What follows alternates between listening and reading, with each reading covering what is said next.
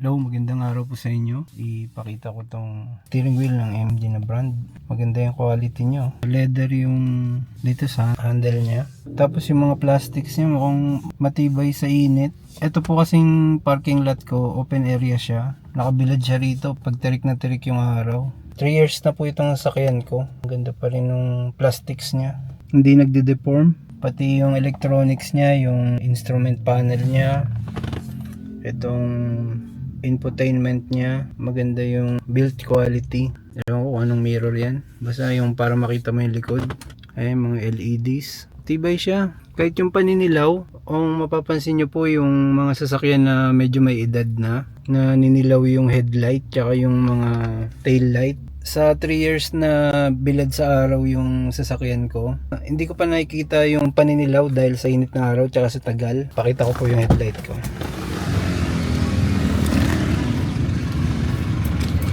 Ngayon, cockpit niya, may balot ako na ito yung pinaka cover ko para sa hangin tsaka init, alikabok.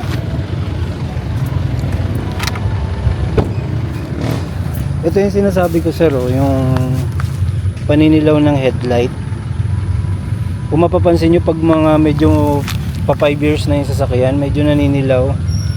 Dito sa MG, kahit bilad na bilad siya sa araw, hindi ko na-encounter. Wala pang scene na ganun yung dating niya. Halos kung ano siya nung binili ko, ayun pa rin yung kulay niya ngayon, kahit bilad sa araw. Ito yung emblem. Ganda rin yun. Malaki yung emblem ng MG sa harapan. Ayan o. Ang shine niya pa rin. Ngayon kung magtatanong kayo kung anong ginagamit ko palang pamahid sa sasakyan ko, ito yung pamahid na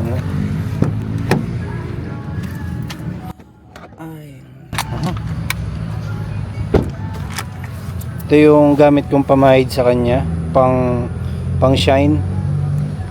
Ito ay Smart Liquid Ceramic Wax Coating. Ganda ng effect niya. Napaproteksyonan niya yung sasakyan ko.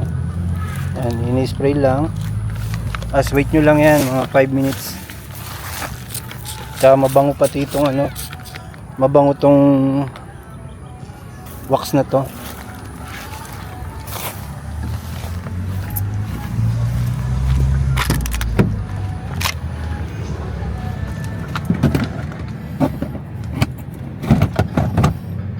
Pakita ko rin sa inyo yung hood.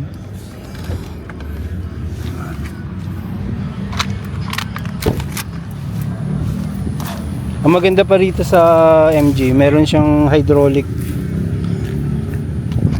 sa hood, kaya hindi na ganoon ka-effort yung kailangan para itaas siya. Ayan yung hydraulic system ng hood. Ito yung makina niya. Medyo madumi lang. Ito nanilaw na nanilaw na siya. Sa sobrang init siguro yan ng makina kaya nagganyan. Malapit na yung PMS nya. Every 6 months or 10,000 kilometers. Ano man yung mauna ron. Anong pakita ko sa inyo yung makina nya. Hindi ko pa naranasan sinubok na umandar ako sa baha. ayokong itry. Dahil garantisado malaking gastos yun. Ayan.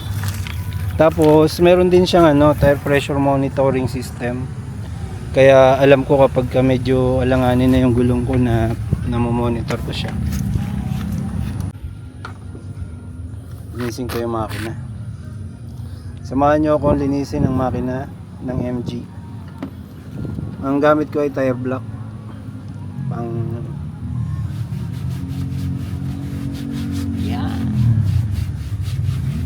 Pantanggal ng alikabok, kahit paano magmukha siyang fresh. Syempre bilang respeto sa nagpapagaan ng ating transportation.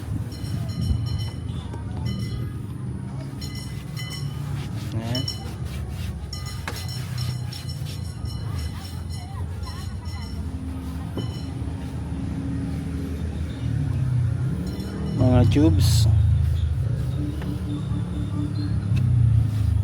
Tingnan natin yan para mukha siyang shiny.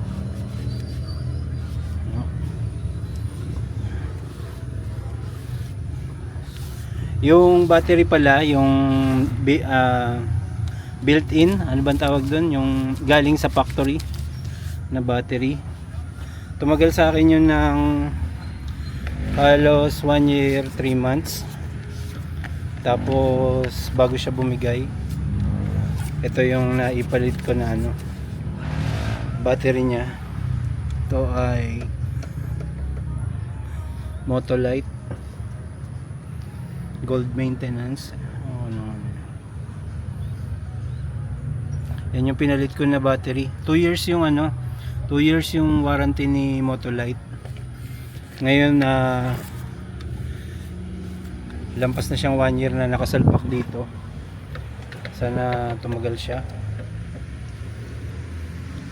Malapit-lapit na rin.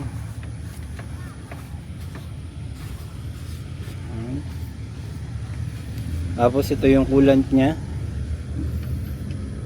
Alam ko every 3 years ipinapalitan to eh.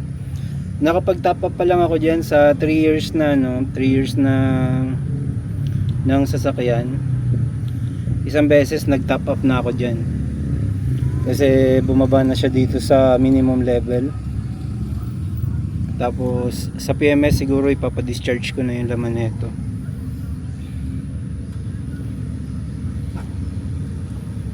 Tapos ang pinaka delikado na ano ng sasakyan, yung pag tiniran siya ng hayop. Yung mga pusa kasi minsan naabutan ko sila nandito sa loob ng ano eh, ng sasakyan. Yung mga pusa natira dito sa ano, natira dito sa ibabaw. Ito dito sila na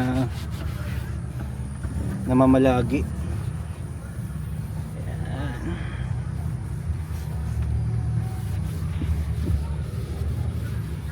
Ilagyan nyo lang ng punas para yung chemical kasi ano eh, nakakatulong siya para hindi mabilis lumutong yung plastic.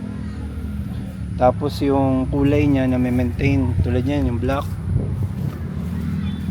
Ang laking epekto rin pati kapag kakupas na yung itsura ng plastic, parang nakakasawa siyang tignan. Kaya ginagawa ko, inaalagaan ko ng punas pag may time ako. Pampahaba ba ng ano, pampahaba ng lifespan ng mga plastic parts.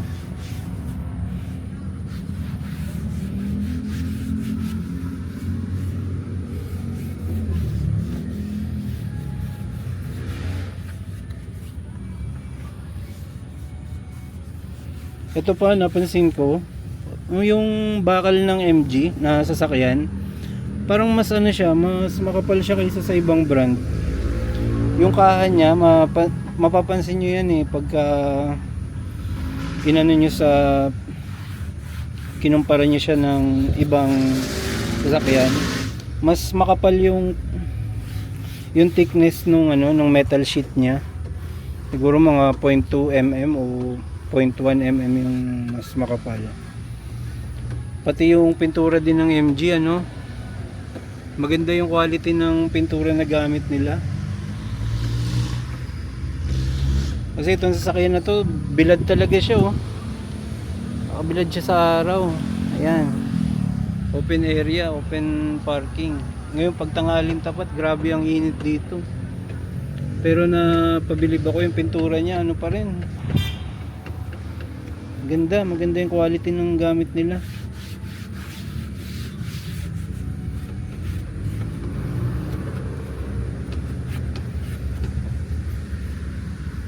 Tapos yung bakal na gamit mas makapal, yung mga sheet. Magawa ngayong hapon.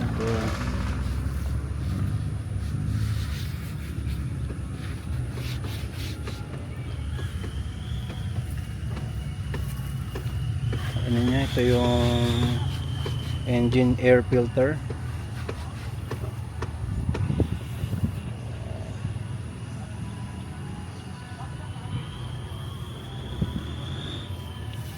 Punas.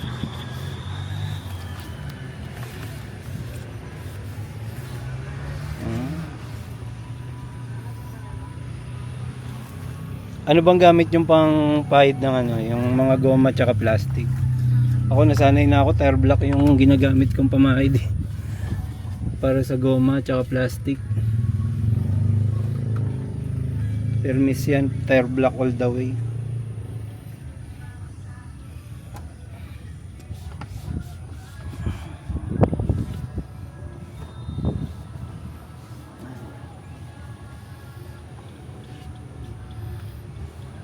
Alam.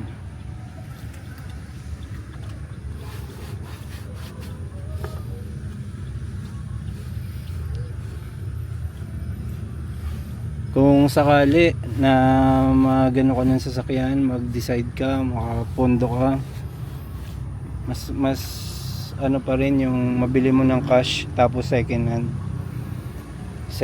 na sasakyan, napakalaki na matitipid mo. Pag hulugan naman kasi na brand new, all the way, brand new all the way, pero kahit ang tagal mo, ang masakit na side dun yung kahit matagal mo na siyang nahulugan, pagka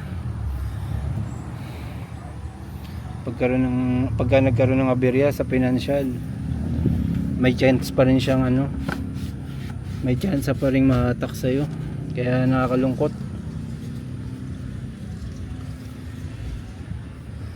Mas mainam yung second hand. Ito yung sakyan ko, 3 taon na siya, 3 years na siya.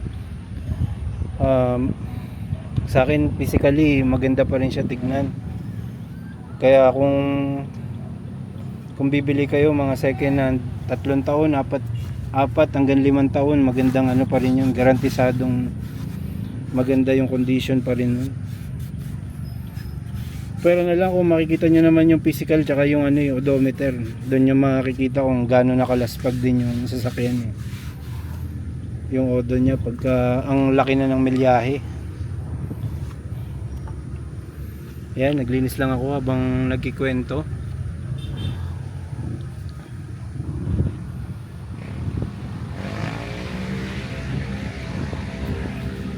Tapos nakita nyo yung sakyan, yung experience ko sa MG na brand. Satisfied ako na customer, satisfied customer ng MG. Ang pinakalaro lang talaga dyan yung financing side, yung paghulugan na sasakyan. Ay nako, nakakakaba.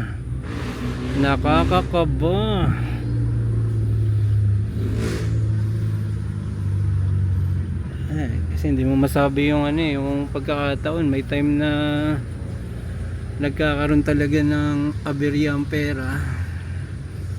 Kaya habang nasa proseso pa ng hulugan, oh man, nakakakaba.